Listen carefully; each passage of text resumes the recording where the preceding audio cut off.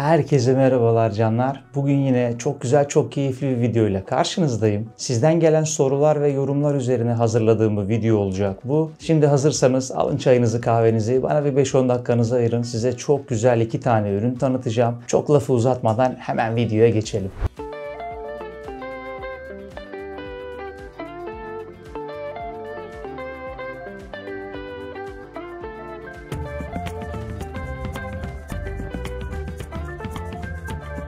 Her zamanki gibi videoya başlamadan önce yine sizden ufak bir ricada bulunacağım. Bu tarz videoları çekebilmek için, şöyle alnımızın terini bir nebze de olsa alabilmek için kanala abone olup videoyu da beğenirseniz beni çok mutlu edersiniz. Şimdi hemen videoya geçiyoruz.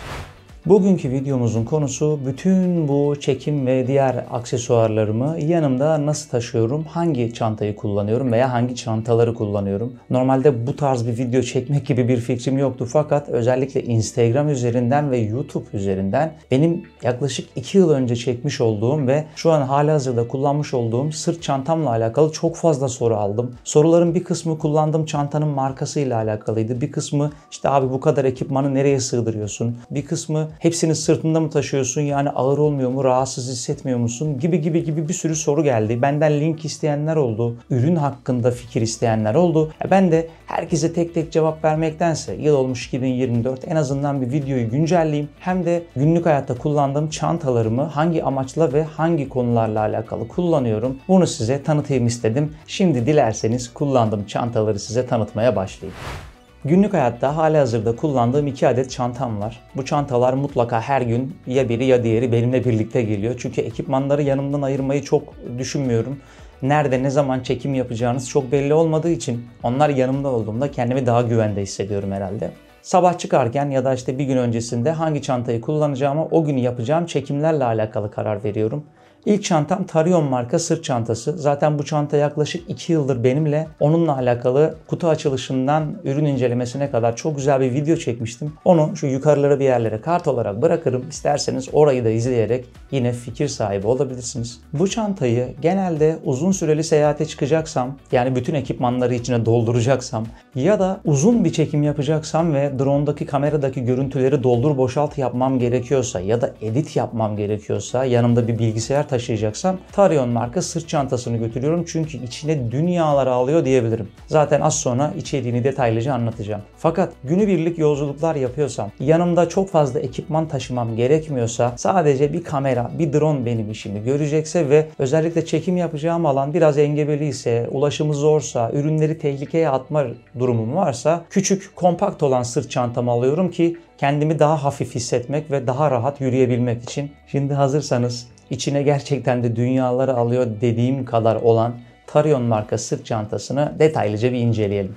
2 yıl önce bu çantayı alma aşamasındayken çok kararsız kaldığımı hatırlıyorum. Hatta bugün yine o eski videomu izlediğimde bunu orada da dile getirmişim. Çünkü gerçekten kendinize ekipmanlarınızı taşıyacak bir çanta seçmek çok zor. Ben bu çantayı seçerken gerçekten birinci önceliğim dışarıdan bakıldığında son derece günlük bir çanta olarak görünmesiydi. Yani ben dışarıda gezerken sırtımda böyle ben buradayım diye bağıran bir fotoğraf makinesi çantası taşımak istemiyorum. Çünkü bu çantayı yeri geliyor ekipmanlarla birlikte arabada bırakıyorsunuz, yeri geliyor otelde bırakıyorsunuz, yeri geliyor çekim yaptığınız yerde bırakıyorsunuz. Yani içinde binlerce liralık kamera ve drone taşıyorsunuz. Ben buradayım diye bağıran bir çanta yerine açıkçası sıradan görünen bir çanta beni daha çok rahat hissettiriyor ve birinci önceliğim bu oldu. Çantanın bölümlerine bakacak olursak, çanta asıl olarak 2 farklı bölümden oluşuyor. Birisi ön bölüm, birisi de arka bölüm. Arka bölümden başlayacak olursak bu bölüm standart bildiğimiz fotoğraf makinesi çantalarıyla hemen aynı. Fermuarı açtığınızda içinde farklı cırt cırtlarla ayarlayabileceğiniz bölümler mevcut. Siz bu bölümlerin genişliğini ekipmanlarınızın büyüklüğüne veya genişliğine göre ayarlayarak rahat bir taşıma sağlayabiliyorsunuz. Bu bölüm diğer fotoğraf makinesi çantalarıyla aynı desem de derinlik olarak arkadaşlar bir hayli fazla. Bizim daha önceki sırt çantalarımıza kamera ve diğer ekipmanları koyduğumuzda genelde lensler bir tık çantayı böyle tombul gösterirdi. Tam olarak rahat taşıyamıyorduk fakat bunda lens, kamera, drone, aklınıza gelebilecek her şeyi içine sallayın. Son derece derin ve geniş bir göze sahip. Ürünün alt bölüm kapağında ve sol tarafındaki hızlı erişim kapağının da içlerinde yine fermuarlı ve cırt cırtlı saklama gözleri mevcut. Buraya yine SD kart, şarj aletleri, hızlı erişim için kullanabileceğiniz cüzdan, kredi kartı gibi aksesuarlarınızı da koyarak rahat bir şekilde seyahatinizi yapabilirsiniz. Bu çantayı seçmemdeki bir diğer etmen de aslında güvenliğe vermiş olduğu önemli. İçerisine ekipmanlarınızı koyduğunuzda alt bölümde fotoğraf makinesi ve diğer aksesuarlara ulaşmak için sadece iki yol var. Bir tanesi, tüm ekipmanları alabilmeniz için çantayı sırtınızdan çıkarmanız gerekiyor ki fermuarlı kapağa ulaşabilirsiniz. Bir diğeri ise çantanın sol tarafında bulunan hızlı erişim gözü. Hızlı erişim gözünden de sadece fotoğraf makinenizi anlık olarak çıkarıp koymanıza yarayan bir kapak var. Yine burayı da tabii ki istemediğiniz bir kişi açmaya çalıştığında mutlaka fark edersiniz. Yani güvenlik olarak bence çanta size istenilen özellikleri sunmakta gayet yeterli. Çantanın üst bölümüne geldiğimizde ise bu bölüm adeta derya deniz. Zaten Tarion markasını diğer çantalardan ayıran en büyük özellik bence çantanın üst kısmı. Bir kere çok şık bir deri kapağı var ve bu deri kapağın üst kısmında anlık olarak böyle ıvır zıvırları alabileceğiniz bir fermuarlı göz var. Metal klipsleri açarak deri kapağı açtığınızda alt tarafında bir ipli bir de fermuarlı bölme var. Fermuarlı bölme tamamen tablet, iPad tarzı ürünlerinizi koymanız için tasarlanmış. Yine burayı da hızlı erişim olarak çok güzel bir şekilde kullanabiliyorsunuz. İpli bölüme gelecek olursak bence burası gerçekten bir tasarım harikası. Birincisi, içerisinde bol miktarda ürün koyabileceğiniz alan var. Çünkü siz içine ürün koyduğunuzda çanta yukarıya doğru yavaş yavaş genişliyor ve ipini sıktığınızda içini ne kadar doldurursanız doldurun çantanın kapağı mutlaka kapanıyor. Bir diğer saklama alanı ise ipli bölümün kenar kısmında 15.5 inçe kadar dizüstü bilgisayarlarınızı koyabileceğiniz bir gizli cep var. İçine bıraktığınız zaman çantanın dibine kadar ulaşan bir bölüm burası ve gerçekten çok rahat bir şekilde bütün ürünlerinizi sığdırabiliyorsunuz.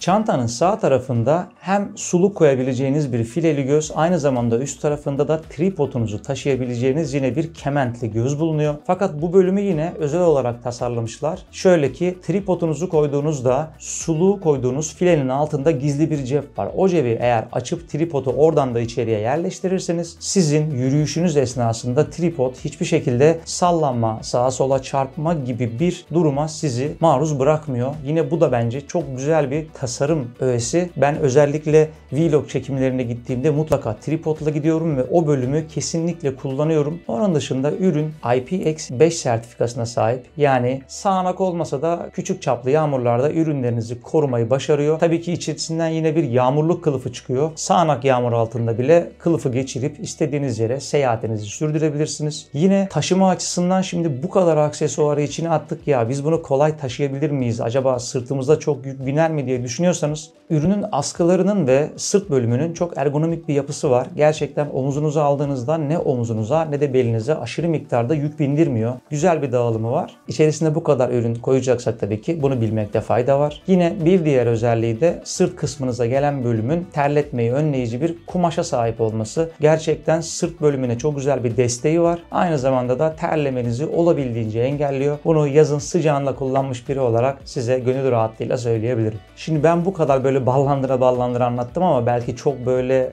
kafanızda oturmamıştır. Hadi gelin şimdi benim bu bütün ekipmanları içine koyalım bakalım sizin umduğunuz kadar ve benim övdüğüm kadar ilgi çekecek mi?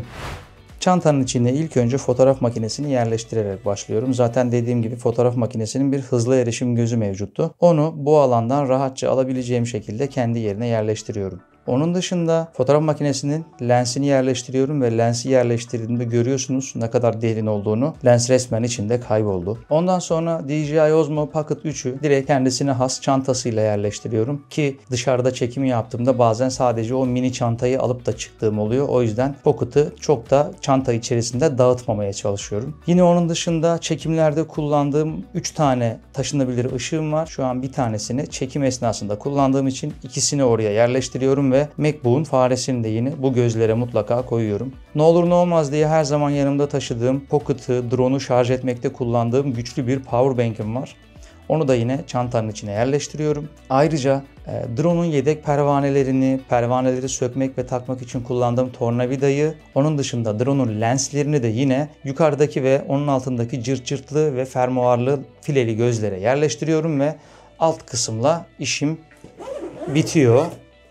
Çantanın üst kısmına bu ipli bölüme drone'umu ve drone'umun kontrolcüsünü yerleştiriyorum. Aynı zamanda yine bahsettiğim laptop gözüne de MacBook Air'i yerleştiriyorum. Öndeki tablet gözüne genelde yanıma MacBook aldıysam çok fazla tablet almamayı tercih ediyorum ama yeri geliyor bazen MacBook yerine tablette alıp görüntüleri oradan da derleyebiliyorum. Tabii tercih meselesi.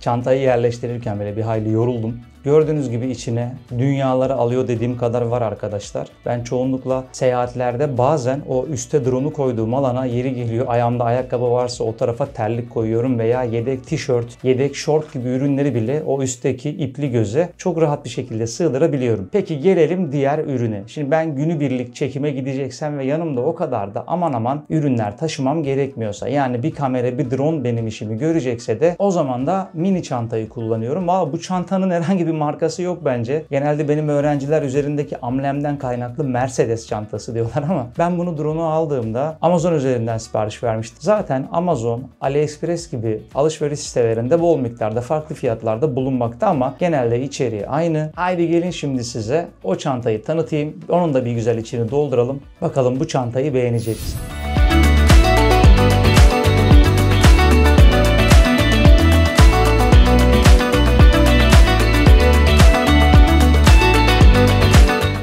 Öncelikle çantamın içerisini gördüğünüz gibi çok kompakt ve özel kesimle hazırlanmış drone ve diğer aksesuarlar için yerler mevcut. İsterseniz bu aksesuarların süngerleri yedek olarak da çıkıyor. Örnek veriyorum, drone'unuzu benimki gibi ekranlı kumanda değil de normal mini kumanda kullanıyorsanız yine onun içinde bir bölümü mevcut. Ben şu an onu kullanmadığım için içinden çıkardım.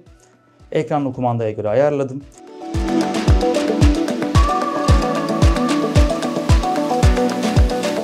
Ayrıca drone'un, kumandanın ve kenardaki Pocket 3 için hazırlanmış gözlerin içine ben yine süngerden kendim mini ve korunaklı aparatlar kestim. Kumandanın alt bölümündeki süngerli yere DJI Osmo Pocket 3'ün ekstra şarj yapan aparatını, yani tripod aparatını ve mikrofon 2'yi koyuyorum. Kenardaki kısma DJI Osmo Pocket 3'ümü yerleştiriyorum. Ekstra herhangi bir yere çarpma olmasın diye o küçük süngerli aparatı hazırladım. Ve drone'umun da altına mutlaka o küçük alana bir adet ışık yerleştiriyorum. Çünkü ışığın nerede ne zaman lazım olacağı belli olmuyor. Onun dışında kapak kısmındaki fermuarlı ve geniş cepli alana yeri geldiğinde drone'un yedek pervanelerini, şarj kablolarını, SD kartları koyuyorum ve kapattığımda gördüğünüz gibi son derece kompakt bir taşıma çantasına sahip oluyorum. Günübirlik işler için bence biçilmiş kaftan.